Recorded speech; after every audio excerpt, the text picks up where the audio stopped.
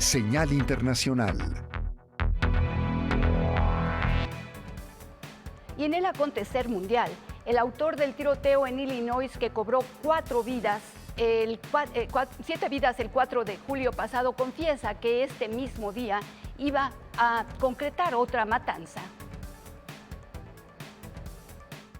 El autor del tiroteo en un desfile del 4 de julio en Estados Unidos consideró cometer un segundo ataque. Así lo reveló el miércoles la policía de Highland Park, un suburbio de Chicago en el estado de Illinois. Robert Crimo dijo a los investigadores que huyó en coche a Madison, en el estado vecino de Wisconsin, donde vio más celebraciones por el Día de la Independencia y pensó en usar el arma que tenía en el vehículo para cometer otra matanza. Este segundo ataque no había sido planeado a diferencia del primero, que preparó durante semanas.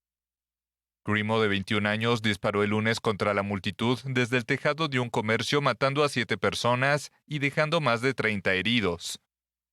El caso se suma a una larga lista de tiroteos masivos en Estados Unidos, donde el derecho a portar armas está consagrado en la Constitución.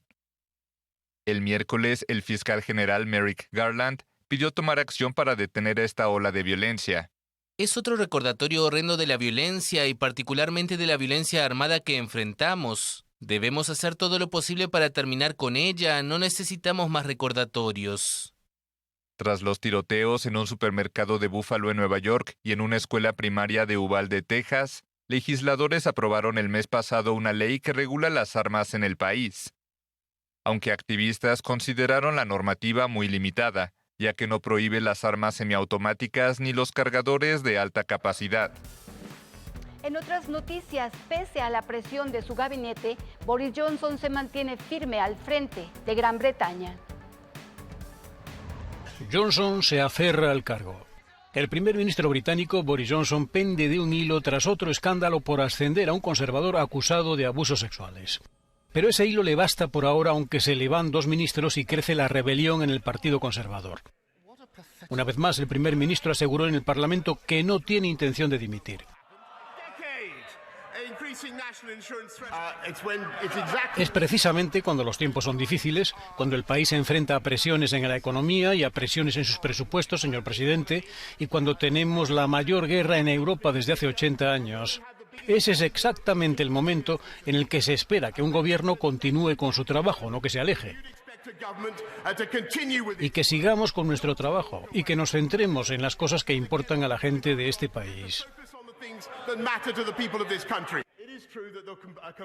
La oposición laborista asegura que el gobierno se derrumba y criticó no solo a Johnson, sino al resto de los ministros que decidieron apoyarle. Es igual que cuando malversaba el dinero de los contribuyentes, y lo mismo que cuando él y sus compañeros se divertían durante el confinamiento. Cualquiera que dimita ahora después de haber defendido todo eso no tiene ni pizca de integridad. Señor presidente, ¿no es este el primer caso registrado de un barco que se hunde huyendo de la rata?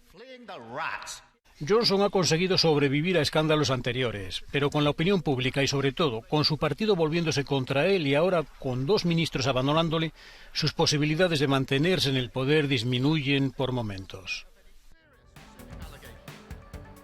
No obstante, el ministro de Gales, Simon Hart, se ha convertido en el tercer ministro en renunciar al gobierno británico en protesta contra la continuidad del jefe del Ejecutivo Boris Johnson.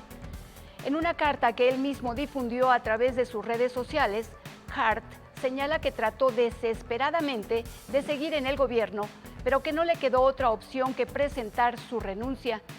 En la misiva, le dice a Johnson que tanto él como otros compañeros del gabinete han intentado en público y en privado ayudarle a enderezar el barco, pero que ya se ha pasado el punto en el que eso era posible. Hasta aquí la información más relevante en México y el mundo. Belén, regresamos contigo. Muchas gracias, Nelda. Muy buenas noches y que descanses. Nosotros